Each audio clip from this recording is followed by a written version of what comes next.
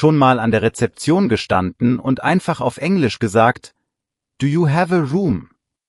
Im Deutschen klingt das oft zu direkt, ja. Heute zeigen wir dir 20 Sätze, mit denen du ein Hotel freundlich und klar buchst, A2-Niveau, für Telefon und Rezeption. Ganz genau, und du lernst nicht nur die Sätze, sondern auch kleine Tricks, damit nix schief geht. In echten Situationen, reservieren, Preise klären, Betten wählen, Bestätigung bekommen, alles, was du wirklich brauchst. Hey, schön, dass ihr da seid. Ich bin Tim, und neben mir sitzt Julia. Lass uns direkt starten, bevor die besten Zimmer weg sind. Und die ganze Lektion ist übrigens auf Vocabli. So, erster Minitipp, bevor wir loslegen, in Deutschland grüßt man immer. Also sag erstmal freundlich, guten Tag. Das öffnet Türen und macht die ganze Stimmung besser. Ja, genau. Und dann kommt ein super Satz Nummer 1, würde ich sagen, ich möchte ein Zimmer reservieren.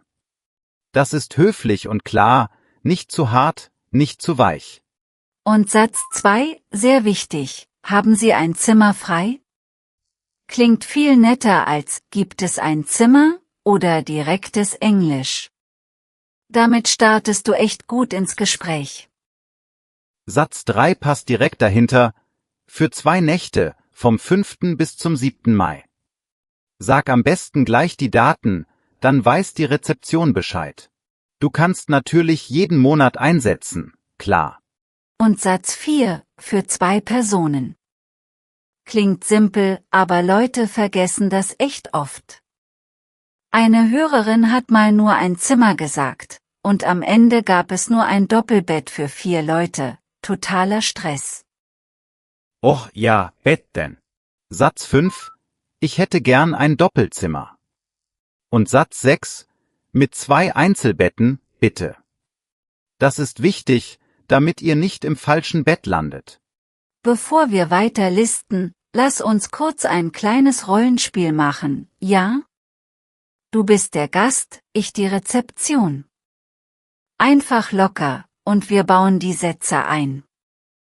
Okay, los. Guten Tag. Ich möchte ein Zimmer reservieren. Haben Sie ein Zimmer frei vom 5. bis zum 7. Mai für 2 Personen? Guten Tag. Ja, wir haben noch Zimmer. Möchten Sie ein Doppelzimmer oder lieber 2 Einzelbetten? Ich hätte gern ein Doppelzimmer. Wie viel kostet das pro Nacht? Das kostet 85 € pro Nacht. Das Frühstück ist inklusive. Möchten Sie das? Perfekt. Ist WLAN kostenlos? Und gibt es einen Parkplatz? Ja, WLAN ist kostenlos, und wir haben einen Parkplatz hinter dem Haus. Möchten Sie ein ruhiges Zimmer? Ja, bitte. Ich hätte gern ein ruhiges Zimmer, wenn möglich zum Innenhof. Kann ich später einchecken? Ich komme gegen 19 Uhr an. Später Check-in ist kein Problem. Die Rezeption ist übrigens 24 Stunden geöffnet. Können Sie mir noch Ihren Namen sagen? Super. Ich heiße Tim Weber. Können Sie mir die Buchung per E-Mail bestätigen? Klar, ich schicke Ihnen gleich eine Buchungsbestätigung. Bis wann möchten Sie kostenlos stornieren können? Oh, guter Punkt. Kann ich kostenlos stornieren? Und bis wann? Wenn möglich bis 14 Uhr am Vortag. Das geht. Dann ist alles notiert. Wir freuen uns auf Sie. Cool, das war doch schon fast die halbe Miete. Wir hatten darin echt viele Schlüsselsätze, oder? Total. Lass uns kurz sammeln, damit's sitzt. Wir hatten, ich möchte ein Zimmer reservieren. Haben Sie ein Zimmer frei, für 2 Nächte, vom 5. bis zum 7. Mai, für 2 Personen. Ich hätte gern ein Doppelzimmer, mit 2 Einzelbetten. Bitte, wie viel kostet das pro Nacht? Ist das Frühstück inklusive? ist WLAN kostenlos? Gibt es einen Parkplatz? Ich hätte gern ein ruhiges Zimmer, kann ich später einchecken? Die Rezeption ist 24 Stunden geöffnet, können Sie mir die Buchung bestätigen? Kann ich kostenlos stornieren? Bis wann? Das sind schon viele. Ja, und zwei will ich noch schnell nennen, die oft wichtig sind. Hat das Zimmer ein eigenes Bad? Und kann ich mit Karte bezahlen? Die sparen dir manchmal echt Diskussionen. Kurze echte Story, passt perfekt. Ein Freund von mir hat mal einfach „Ich will schlafen" an der Rezeption gesagt. Ohne Hallo, ohne alles. Die Mitarbeiterin hat gelacht und gefragt, ob er vielleicht lieber in den Spa will. Seitdem sagt er immer brav, „Guten Tag" und dann die Reservierungsfrage. Oh Mann, ja. Höflichkeit wirkt Wunder. Und eine Sache, die viele falsch machen: direktes Übersetzen aus dem Englischen. Also nicht „Haben Sie ein Zimmer?" So hart, sondern eben „Haben Sie ein Zimmer frei?" Klingt klein, macht aber einen riesigen Unterschied. Noch eine Hörergeschichte: In Berlin wollte jemand eine gemütliche Suite sagen, hat aber gemütliche Süße genuschelt. Die Rezeption guckte nur so, für wen? Und dachte an etwas mit Haustier. Am Ende hatten alle was zu lachen, aber ja, langsam und klar sprechen hilft. Bevor wir zur Hälfte kommen, noch 2 Sätze, die oft fehlen. Wie ist die Adresse des Hotels?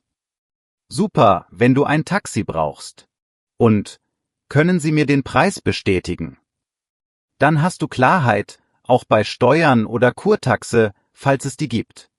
Alles klar, Zeit für einen kleinen Check, nur ganz kurz.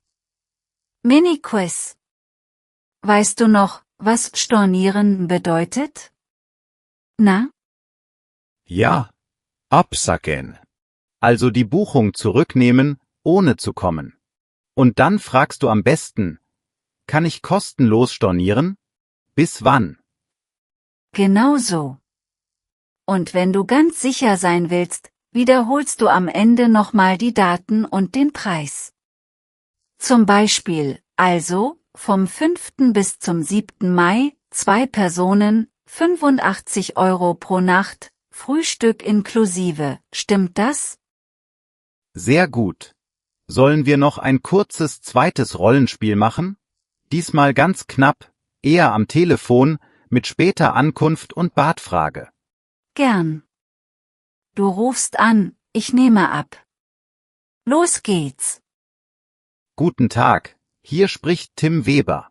Ich möchte ein Zimmer reservieren, für eine Nacht, vom 8. auf den 9. Juni. Haben Sie ein Zimmer frei? Guten Tag, Herr Weber. Ja, wir haben noch ein Zimmer. Möchten Sie ein Doppelzimmer? Ja, bitte. Hat das Zimmer ein eigenes Bad? Und kann ich mit Karte bezahlen? Ja und ja. Die Rezeption ist auch nachts besetzt, also später Check-in ist möglich. Um wie viel Uhr kommen Sie ungefähr? Wahrscheinlich gegen 22 Uhr. Können Sie mir die Buchung per E-Mail bestätigen und den Preis bestätigen? Natürlich. Der Preis ist 90 € pro Nacht, Frühstück nicht inklusive. Ich schicke gleich die Buchungsbestätigung.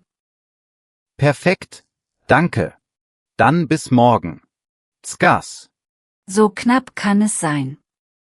Merk dir auch, wenn du leiser schlafen willst, sag einfach, ich hätte gern ein ruhiges Zimmer.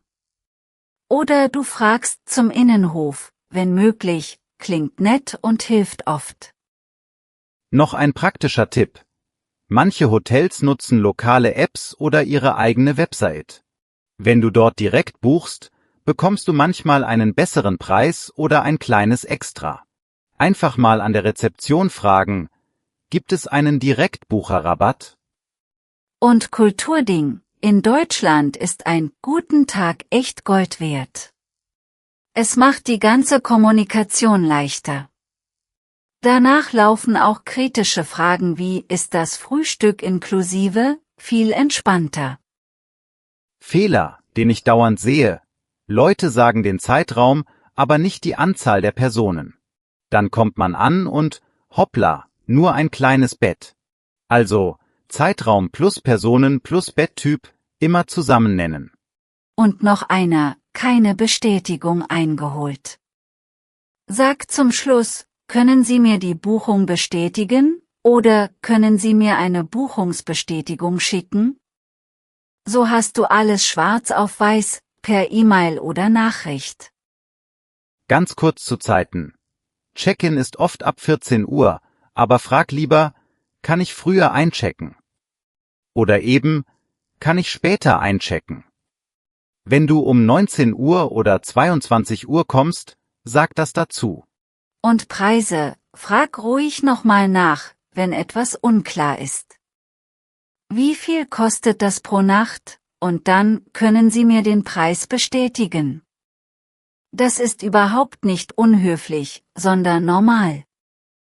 Lass uns unsere 20 Sätze einmal klar aufzählen, aber entspannt, ja? Ich fang an, 1, guten Tag. 2, ich möchte ein Zimmer reservieren. 3, haben Sie ein Zimmer frei? 4, für 2 Nächte, vom 5. bis zum 7. Mai. 5, für 2 Personen. 6, ich hätte gern ein Doppelzimmer. 7, mit 2 Einzelbetten, bitte. 8, wie viel kostet das pro Nacht? 9, ist das Frühstück inklusive? 10, ist WLAN kostenlos? 11, gibt es einen Parkplatz? 12, ich hätte gern ein ruhiges Zimmer. 13, kann ich später einschicken? 14, die Rezeption ist 24 Stunden geöffnet. Als Frage natürlich. 15, kann ich kostenlos stornieren? 16, bis wann kann ich kostenlos stornieren? 17, können Sie mir die Buchung bestätigen? 18, hat das Zimmer ein eigenes Bad? 19, kann ich mit Karte bezahlen? Und 20, wie ist die Adresse des Hotels? So hast du wirklich das komplette Paket für die Buchung. Wenn du magst, sprich die Sätze mal laut nach. Dein Mund merkt sich das, echt. Und dann im Hotel einfach ruhig atmen, freundlich lächeln und Satz für Satz durchgehen. Eine kleine Sache noch. Wenn du etwas nicht verstanden hast, sag gern, können Sie das bitte wiederholen? Oder, können Sie das bitte langsamer sagen? Das ist nie peinlich, das ist klug. Stimmt. Und wenn du sicher sein willst, buchstabier deinen Namen langsam. Zum Beispiel Weber, wie Wilhelm, Emil, Bertha, Emil, Richard. Das erspart dir falsche Schreibweisen.